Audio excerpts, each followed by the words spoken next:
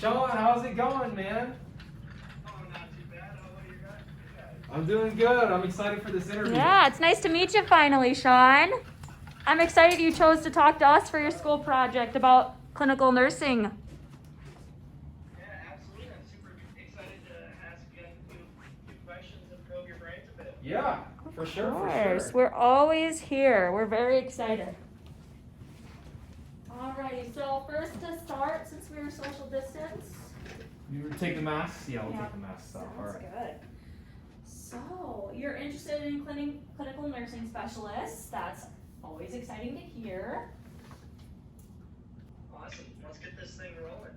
Have it. Let's describe the job. What do you do? Give me a little insight on your daily life being a clinical nursing specialist. So I'm going to give you kind of a couple of things here. I'll describe the job, and then kind of where you work a little bit, and then like you asked, what a typical day in the life is like. So overall, as like a clinical nurse specialist, you have three main areas of impact. That's just going to be your overall patient care. That can be anything from typical nursing things to anything a clinician or a physician would do. And that even itself can be compartmentalized into separate categories. Where some days you're doing more nursing versus the clinical side of things. You're in a hospital setting, helping out nurses and trying to improve their techniques to, being in a clinical setting and being one-on-one with the patient and advising on what to do next, or, even, childcare as well, advising the patient's parents on what they can kind of do as preventative measures. Where you work, I kind of went over this, just hospital setting, otherwise, you can be in a clinical setting or your own practice. And then pretty much, what your day normally is trying to improve the lives of others, whether that be patients or the fellow nurses around you, and just making sure things flow smoothly. So. Exactly. Absolutely. Sounds interesting. Okay, moving on here. Gracie, describe the type of schooling that you need. How many years, how much it costs, and maybe the type of classes that you take along the way. So, as far as education and training, the first possible thing you need to do is go and get your bachelor's of science in nursing. And then in order to get into that school for either master's or doctorate, most people tend to use the master's route. You need to obtain your active registered nurse license, and then you need a minimum of 500 hours of supervised clinical hours in a certain specialty. So like geriatrics, pediatrics, critical care, kind of whatever you want to specialize in. And then as far as schooling, the amount of years, like I said, most people tend to do a master's program, and that takes an additional 2 years, so 6 years. And then some go as far as to get their doctorate, so it can take from 6 to 8 years. And as far as courses that we took, or I took personally in school, would be advanced pathophysiology, health promotion and maintenance, and then pharmacology for advanced practice nurses. And tuition, this is again for a master's program because it is what I did, or most common I found, is it costs between $500 and $1,000 per credit, and there tend to be 30 to 41 credits, both depending on what type of school you're going and what specialty you're going for. So yes. Awesome. So what it sounds like about 6 to 8 years, big chunk of money. So it is a major commitment. But we're gonna move on here. How competitive is the schooling, Alexa? Like, what would be the average GPA of an accepted student? Is there entrance exams? What scores would you need there? Is there licensing or any recertifications that you may need? And then like an overall cost of that together. Alright, so the competitiveness, I would say, would come when you want to pursue your master's or your doctorate. You are required to have advanced science, anatomy, and physiology courses. The average acceptance for a GPA is 3.0 or better. Now for the licensing, it depends on what subspecialty you want to have. And a few examples of those are oncology, mental health specialists, or pediatrics.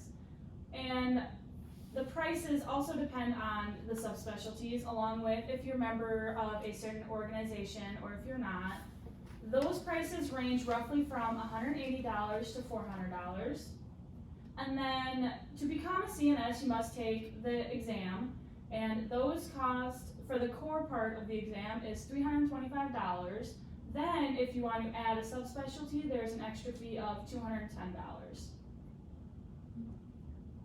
Okay, so it's not a cheap major to get into, but I'm sure once you're into it, the job outlook might be a little higher. And let's hear about the salary, Gracie.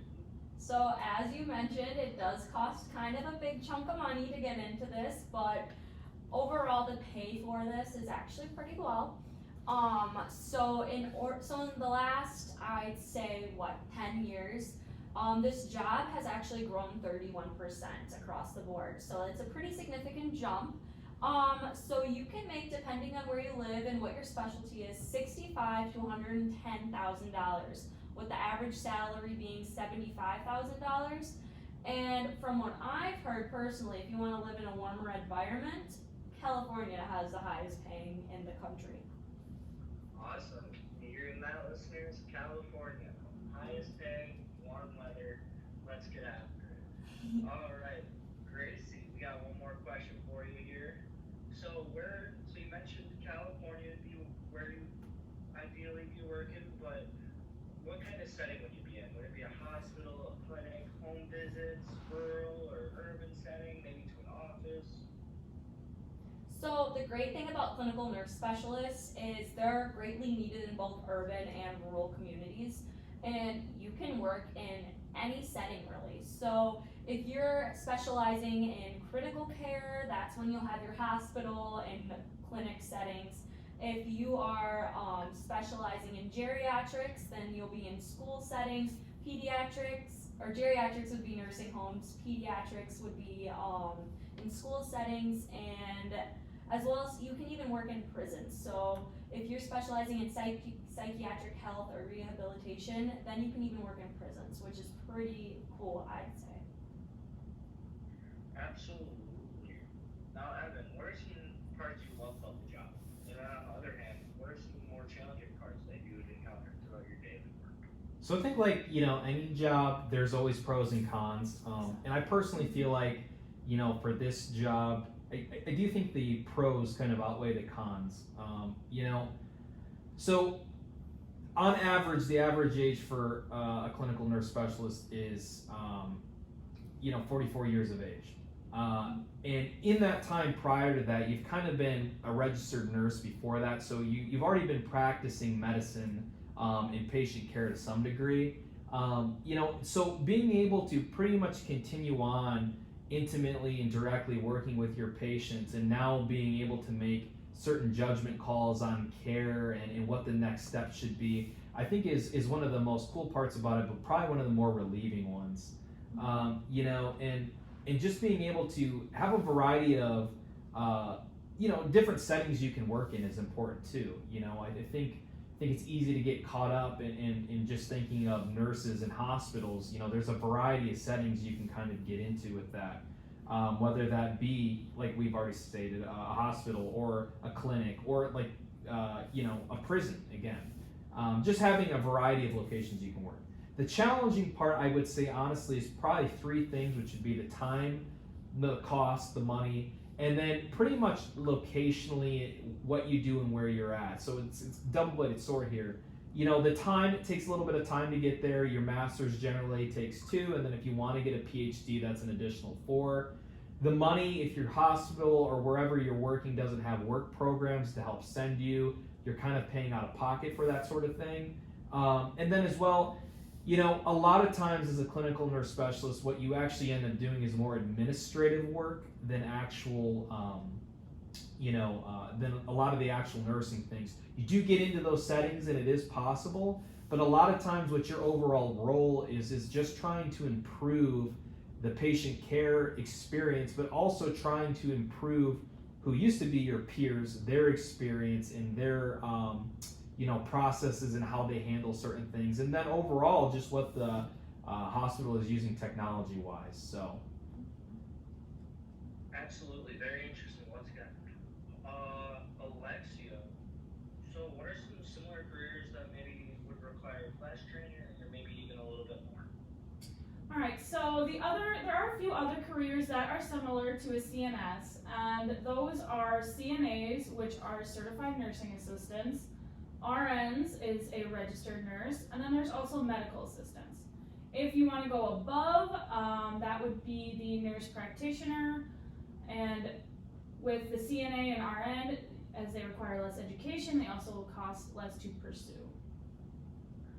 Awesome. So there are options if that's a field that people are interested in, but maybe don't have the money nor want to be in school for that amount of time. There are some easier and some more difficult options.